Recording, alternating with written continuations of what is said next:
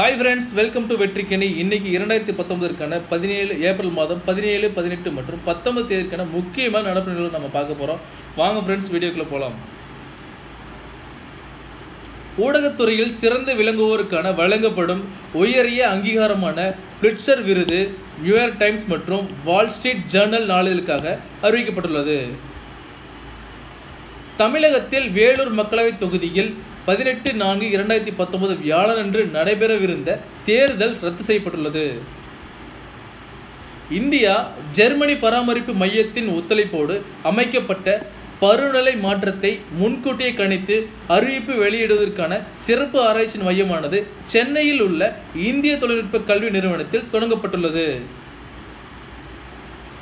மக்களவைத் தேர்தலில் வாக்களிக்க சொந்த ஊருக்கு செல்ல முடியாதவர்கள் அவர்களது இருப்பிடத்திற்கு அருகில் உள்ள வாக்குச்சாவடியில் வாக்களிக்க NVSP.in என்ற வலைதளம் அறிமுகப்படுத்தப்பட்டுள்ளது.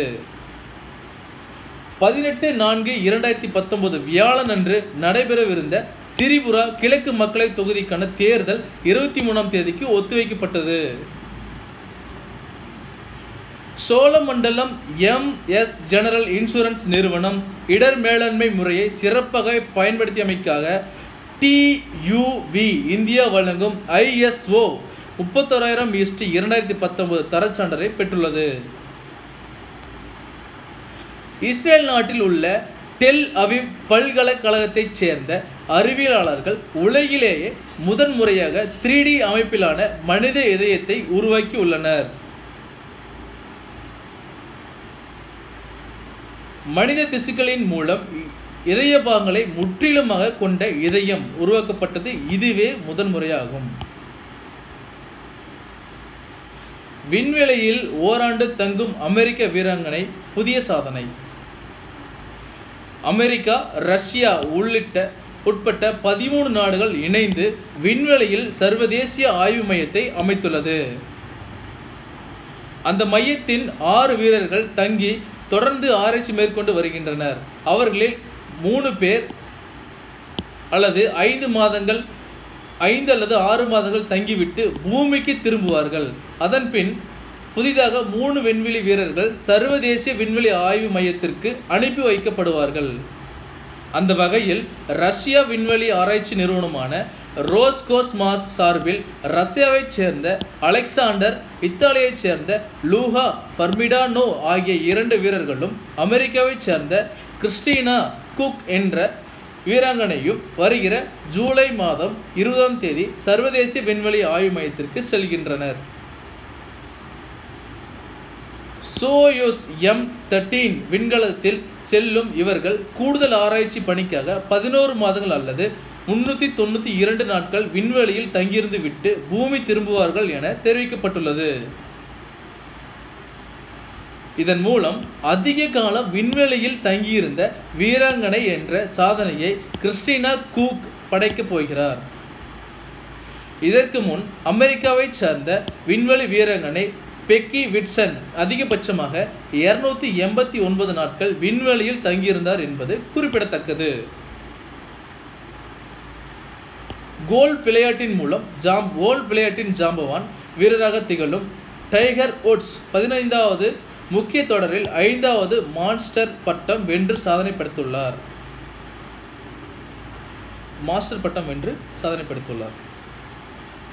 இதையடுத்து அவருக்கு அமெரிக்காவின் உயரிய சுதந்திரத்துக்கான அதிபர் விருது வழங்கப்படும் என அறிவிக்கப்பட்டுள்ளது.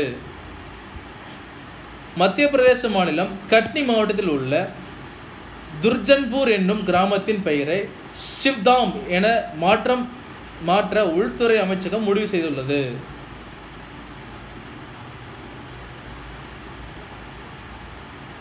முன்னாள் பிரேசிலிய கால்பந்து கூட்டமைப்பு தலைவர் ஜோஸ் மரியா மரின் அவர்களை லஞ்ச புகார் காரணமாக கால்பந்து தொடர்பான எவ்வித நடவடிக்கையிலும் ஈடுபடக்கூடாது என பிஃபா அமைப்பு தடை விதித்துள்ளது.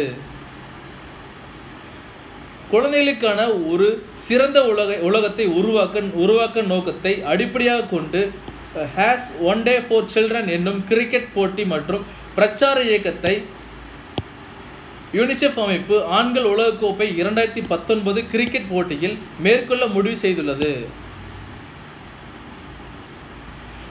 புவியை போன்ற ஒரு கிரகம் HD 21749b நாசாவின் டெஸ் எக்ஸோபிளானட் மிஷன் மூலம் கண்டறியப்பட்டுள்ளது.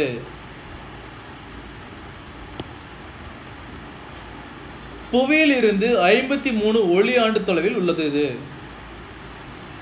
பஞ்சாப் தேசிய வங்கியின் நிர்வாக இயக்குநராக நியமிக்கப்பட்டவர் யார்?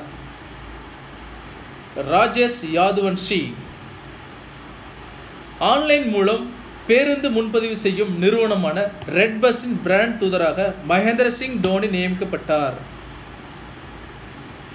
தெருவோர குழந்தைக்கான ஐக்கியம் அமைப்பு நடத்தும் தெருவோர குழந்தைக்கான உலகக்கோப்பை கிரிக்கெட் 2019 நல்லெண்ண தூதராக மிதாலி ராஜ் நியமனம் செய்யப்பட்டுள்ளார். கூகுள் நிறுவனத்தின் முதல் ஆப்பிரிக்க செயற்கை நுண்ணறிவு ஆய்வு மையம் எங்கு திறக்கப்பட்டுள்ளது? கானா நாட்டின் தலைநகர் அக்ரா. வெளிநாடு வாழ் இந்தியர்களுக்கான காகிதமற்ற கணக்கு பரிமாற்ற வசதியை NRI இன்ஸ்டா ஆன்லைன் எந்த வங்கி துவங்கப்பட்டுள்ளது? IDBI.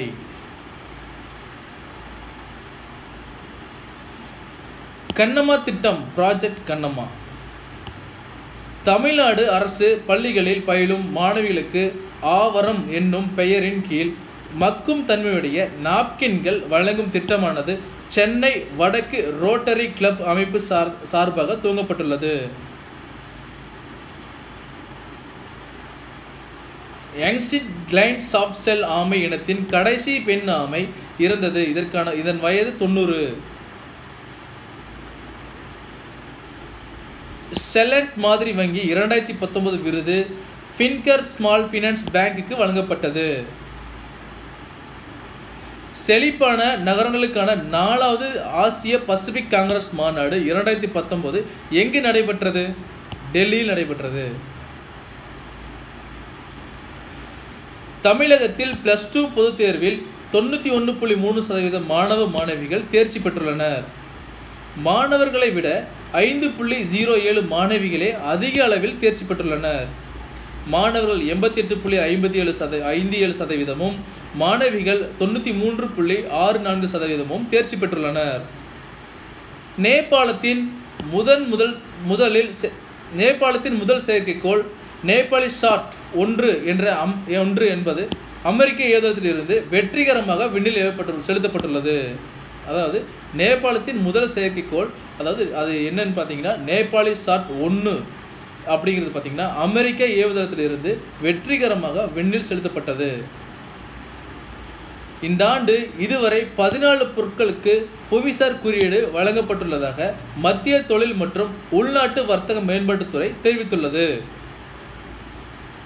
டைம்ஸ் பத்திரிகை வெளியிட்டுள்ள உலகில் மிகுந்த செல்வாக்கு மிக்க 100 பேர் பட்டியலில் ரிலையன்ஸ் இண்டஸ்ட்ரீஸ் தலைவர் முகேஷ் அம்பானி மற்றும் சமூக ஆர்வலர் அருந்ததி கட்ஜி மற்றும் மேனகா குருசாமி ஆகியோரின் பெயர்கள் இடம்பெற்றுள்ளது.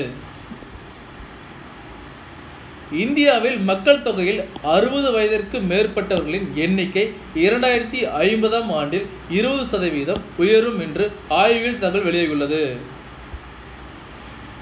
விண்வெளியில் செயற்கைக்கோளை சுட்டு வீழ்த்தும் ஏசாட் ஏவுகணை இந்தியா வெற்றிகரமாக பரிசோதித்ததன் மூலம் சீனாவுடன் பகை அதிகரிக்க வாய்ப்பு உருவாகியிருக்கிறது என்று பாதுகாப்புத்துறை சார்ந்த அமெரிக்க நிபுணர் ஆஸ்லே ஜே டெல்லிஸ் தெரிவித்துள்ளார். மேற்கு வங்காளத்தில் மக்களவைத் தேர்தலின் சிறப்பு பார்வையாளராக பீகார் மாநில முன்னாள் தலைமை தேர்தல் அதிகாரி அஜய் வி நாயக் நியமிக்கப்பட்டுள்ளார். இந்திய மல்யுத்த வீரரான பஜ்ரங் புனியா சர்வதேச தரவரிசையில் 65 கிலோ எடை பிரிவில் மீண்டும் முதலிடம் பிடித்தார். பூமியில் விழுந்து பாதிப்பை ஏற்படுத்தக்கூடிய சிறிய விண்கற்களை கண்டறிவதற்கான எளிய மற்றும் புதுமையான முறையை அமெரிக்க விண்வெளி ஆய்வு மைய விஞ்ஞானிகள் உருவாக்கியுள்ளனர். வடகொரியா அணுசக்தி மையங்கள் இயங்குவதற்கான அறிகுறிகள் தென்படுவதால் அந்த நாடு அணு ஆயுத தயாரிப்பை மீண்டும் தொடங்கியிருக்கலாம் என்று அமெரிக்க கண்காணிப்பு அமைப்பு எச்சரித்துள்ளது. ரயில்வே துறை சார்ந்த நிறுவனங்களான IRTCC மற்றும் IRFC நிறுவனங்கள் பொதுப்பங்கு வெளியீடு மூலம் அரசு 1500 கோடியை திரட்ட நிர்ணயிக்கப்பட்டுள்ளது. அதாவதுங்க ரயில்வே துறை சார்ந்த நிறுவனங்களான IRTCC மற்றும் IRFC நிறுவனங்கள் பொதுப்பங்கு வெளியீடு மூலம் அரசு 1500 கோடியை திரட்ட இலக்கு நிர்ணயித்துள்ளது. தமிழகத்தில் மக்களவைத் தேர்தலில் 70.90% வாக்குகளும் 18 சட்டப்பேரவை தொகுதிகளுக்கான நடந்த இடைத்தேர்தலில் 71.62% வாக்குகளும் பதிவாகியுள்ளன.